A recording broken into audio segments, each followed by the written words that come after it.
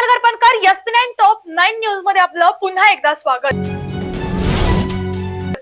गुरुवारी रात्री 11 वाजेपर्यंत प्रशासनाशी विकास कामांचा आढावा, लोकप्रतिनिधींसोबत चर्चा, नागरिकांच्या अडचणी आणि अवघ्या काही तासांच्या विश्रांतीनंतर शुक्रवारी सकाळी 7 वाजता उपमुख्यमंत्री यांनी बीडच्या पालकमंत्री सुनेत्रा अजित पवार जिल्हा रुग्णालयाच्या परिसरात दाखल झाल्या। तर पाहूया त्याची सविस्तर बातमी। उपमुख्यमंत्री सुनेत्रा पवार यांच्या ऍक्शन मोडने त्यांनी खऱ्या अर्थाने बीडचे पालकत्व स्वीकारल्याची भावना बीडकरांनी व्यक्त केली। माजी उपमुख्यमंत्री दिवंगत अजितदादा पवार यांनी स्वतःहून बीड जिल्ह्याचे पालकमंत्रीपद स्वीकारले होते। त्यानंतर ज्या झपाट्याने त्यांनी विकास कामांना गती दिली, मोठ्या निधींना मंजुरी मिळवून दिली आणि प्रशासनाला कामाला लावले, त्यामुळे बीडकरांच्या अपेक्षा उंचावल्या होत्या। त्यांच्या अकाली निधनानंतर हा विकासाचा वेग कायम राहील का, सुरू असलेल्या कामांचे काय होईल अशी चिंता बीडकरांच्या मनात होती। मात्र सुनेत्रा अजित पवार यांच्या 2 दिवसांच्या दौऱ्याने त्या चर्चांना नवी दिशा मिळाली। गुरुवारी सलग बैठका घेऊन रात्री जवळपास 11 वाजेपर्यंत विकास कामांचा आढावा घेतल्यानंतर त्यांनी नागरिकांच्या अडचणीही ऐकून घेतल्या। त्यानंतर दुसऱ्याच दिवशी म्हणजे शुक्रवारी सकाळी 7 वाजता जिल्हा रुग्णालयात पोहोचून आरोग्य सेवांची पाहणी सुरू केली, कामांचा आढावा घेतला आणि अधिकाऱ्यांना दिलेल्या स्पष्ट सूचनांतून त्यांनी कामाला सर्वोच्च प्राधान्य असल्याचा संदेश दिला। बीडच्या विकासाचा धागा तुटू दिला जाणार नाही। सुनेत्रा पवार यांनी केवळ पालकमंत्रीपदाची जबाबदारी स्वीकारलेली नाही, तर ती कृतीशील आणि परिणामकारक पद्धतीने पार पडल्यास सुरुवात केलेली आहे। त्यांच्या कामाच्या झपाट्यामुळे बीडकरांच्या अपेक्षांना पुन्हा नवी पालवी फुटल्याचे बोलले जात आहे। अजितदादा पवार यांनी दाखवून दिलेल्या विकासाच्या वाटेवर आता सुनेत्रा पवार त्याच तळमळीने पुढे जात असल्याचे चित्र या 2 दिवसाच्या दौऱ्यातून स्पष्टपणे समोर आले आहे। त्यांच्या बीडच्या विकासाला पुन्हा वेग मिळेल अशी आशा जिल्ह्यातील नागरिकांकडून व्यक्त होताना दिसत आहे। राज्यातील आरोग्य सेवा अधिक तंत्रस्नेही करण्यासाठी शासन प्रयत्नशील असून कॅशलेस पेट्रो कार्ड उपक्रम हा महत्त्वपूर्ण टप्पा आहे। यामुळे 102 रुग्णवाहिका सेवांचे व्यवस्थापन अधिक सक्षम होईल असा विश्वास सार्वजनिक आरोग्य मंत्री प्रकाश आंबेडकर यांनी व्यक्त केला।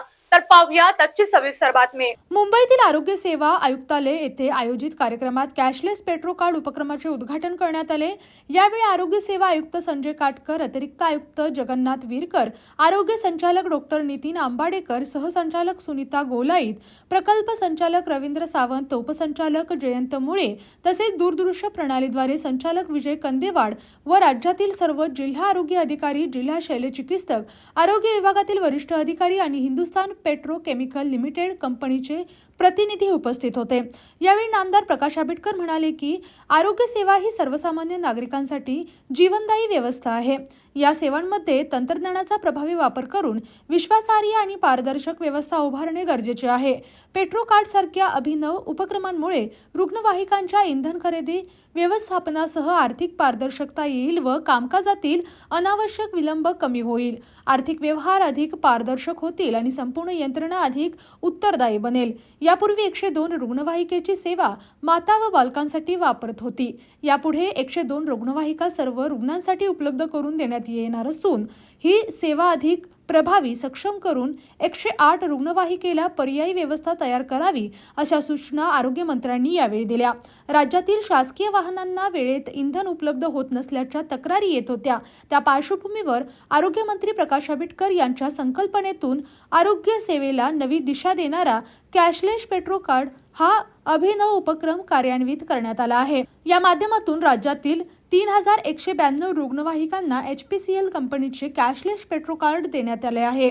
अत्याधुनिक तंत्रज्ञान आणि प्रभावी मॉनिटरिंगच्या माध्यमातून नागरिकांना अधिक जलद आणि दर्जेदार आपत्कालीन सेवा उपलब्ध करून देण्याचा शासनाचा प्रयत्न आहे। HPCL यांच्या सहकार्याने कॅशलेस पेट्रो कार्ड सुविधा उपलब्ध करून देण्यात आली आहे। कोरोनासारख्या संकटाच्या काळात सार्वजनिक आरोग्य यंत्रणेने बजावलेल्या उल्लेखनीय भूमिकेची आठवण करून देत राज्यातील सार्वजनिक आरोग्य व्यवस्था मोठा आधार असून नागरिकांचा सार्वजनिक आरोग्य व्यवस्थेवरील विश्वास अधिक दृढ करण्यासाठी प्रत्येक अधिकाऱ्यांनी सेवाभावाने आणि जबाबदारीने कार्य करावे असे आवाहन आरोग्यमंत्र्यांनी यावेळी केले। पेट्रोल कार्ड उपक्रमाच्या यशस्वी अंमलबजावणीसाठी आरोग्य आयुक्त, IT विभाग तसेच प्रशासकीय अधिकाऱ्यांचे मंत्री आंबेडकर यांनी विशेष अभिनंदन केले। भविष्यातही तंत्रज्ञानाचा प्रभावी वापर करून सार्वजनिक आरोग्य सेवा अधिक सक्षम, पारदर्शक आणि लोकाभिमुख करण्यासाठी शासन कटिबद्ध असल्याचे यावेळी सांगण्यात आले। सोलापूर महानगरपालिका प्रभाग क्रमांक 15च्या नगरसेविका श्रीदेवीताई फुलारे यांना प्रभागातील नागरिकांकडून महापौर निवास ते रामलाल चौक या मार्गावर एक वयोवृद्ध महिला रस्त्याच्या कडेला पावसात भिजत असल्याची माहिती मिळाली। तर पावसात आजची सविस्तर बातमी। या माहितीची तात्काळ दखल घेत नगरसेविका श्रीदेवीताई फुलारे यांच्या मार्गदर्शनाखाली जॉन फुलारे यांनी बेघर निवारा केंद्राशी संपर्क साधला। त्यानंतर बेघर निवारा केंद्राचे व्यवस्थापक अशोक वाघमारे यांनी तत्परता दाखवत संबंधित वयोवृद्ध महिलेला सुरक्षितरित्या आपुलकी बेघर निवारा केंद्रात दाखल केले। या संवेदनशील आणि मानवतावादी कार्याबद्दल नागरिकांनी नगरसेविका श्रीदेवीताई फुलारे, जॉन फुलारे तसेच बेघर निवारा केंद्राच्या व्यवस्थापक अशोक वाघमारे यांच्या कार्याचे कौतुक केले। वेळेवर केलेल्या या मदतीमुळे एका गरजू वयोवृद्ध महिलेला सुरक्षित निवारा आणि आवश्यक आधार मिळाला। कोल्हापूर महानगरपालिकेच्या केएमटी सेवेसाठी आजचा दिवस ऐतिहासिक ठरला। केंद्र शासनाच्या पीएम ई बस सेवा योजनेअंतर्गत मंजूर झालेल्या अत्याधुनिक वातानुकूलित इलेक्ट्रिक बसपैकी पहिल्या ई बसेस शास्त्रीनगर येथील केएमटी कार्यशाळेत दाखल झाल्या। तर पाहूयात आजची सविस्तर बातमी। या योजनेअंतर्गत कोल्हापूर महानगरपालिका 9 मीटर लांबीच्या 50 आणि 12 मीटर लांबीच्या 50 अशा एकूण 100 वातानुकूलित इलेक्ट्रिक बसेस तसेच ब्रेकडाऊनच्या आपत्कालीन सेवेसाठी 5 अतिरिक्त बसेस मंजूर करण्यात आले आहेत। पहिल्या टप्प्यातील बसेस शहरात दाखल झाल्या असून उर्वरित बसेस टप्प्याटप्प्याने दाखल होणार आहेत। आवश्यक तांत्रिक चाचण्या पूर्ण झाल्यानंतर या बसेस नियमित प्रवासी सेवेत दाखल करण्यात येणार आहेत। ई बसेसच्या आगमनानंतर शहरातील सार्वजनिक वाहतूक अधिक सक्षम करण्यासाठी विद्यमान बस मार्गांची पुनर्रचना केली जाणार आहे। गर्दीच्या वेळेत बस फेऱ्या वाढवण्याबरोबरच शिरोली, गोकुळ, शिरगाव आणि कागल MIDC परिसरासाठी विशेष बस मार्ग सुरू करण्यात येणार आहे। तसेच ग्रामीण भागातील नागरिक, विद्यार्थी आणि कामगारांची शहराशी जोडणारी अधिक मजबूत करण्यासाठी नवीन मार्गाचे नियोजन करण्यात आले आहे। याशिवाय ऐतिहासिक पन्हाळा, धार्मिक स्थळ ज्योतिबा आणि आदमापूर या प्रमुख पर्यटन व धार्मिक स्थळांसाठी ही विशेष बस सेवा सुरू करण्याचा मानस आहे। ई बसेसच्या वापरामुळे इंधन खर्चात मोठी बचत होणार असून कार्बन उत्सर्जनात घट होईल। परिणामी पर्यावरणपूरक, प्रदूषणमुक्त आणि अधिक आरामदायी सार्वजनिक वाहतूक व्यवस्था नागरिकांना उपलब्ध होणार आहेत। यावेळी परिवहन समितीचे सभापती सत्यजित चंद्रकांत जाधव, गटनेते शारंगधर वसंतराव देशमुख, समिती सदस्य संतोष लाड, वर्क्स मॅनेजर रणधीर मोरे, अमेय जाधव तसेच अन्य अधिकारी व मान्यवर उपस्थित होते। राधानगरी धरणाचे स्वयंचलित द्वार क्रमांक 6 गुरुवार 30 जुलै रोजी रात्री 11:32 सुमारास उघडण्यात आले असून धरणातून नदीपात्रात पाण्याचा विसर्ग सुरू करण्यात आला आहे। तर पाहूयात आजची सविस्तर बातमी। सध्या सेवाद्वार क्रमांक 6 मधून 1428 क्युसेक आणि बीओटी पॉवर हाऊस मधून 1400 क्युसेक असा एकूण 2828 क्युसेक पाण्याचा विसर्ग सुरू आहे। प्रशासनाने नदीकाठच्या गावातील नागरिकांना सतर्क राहण्याचे आवाहन केले आहे। नदीपात्रात किंवा नदीकाठी अनावश्यक वावर टाळावा तसेच पूरस्थितीचा धोका लक्षात घेऊन आवश्यक ती जबाबदारी घ्यावी असे आवाहन करण्यात आले।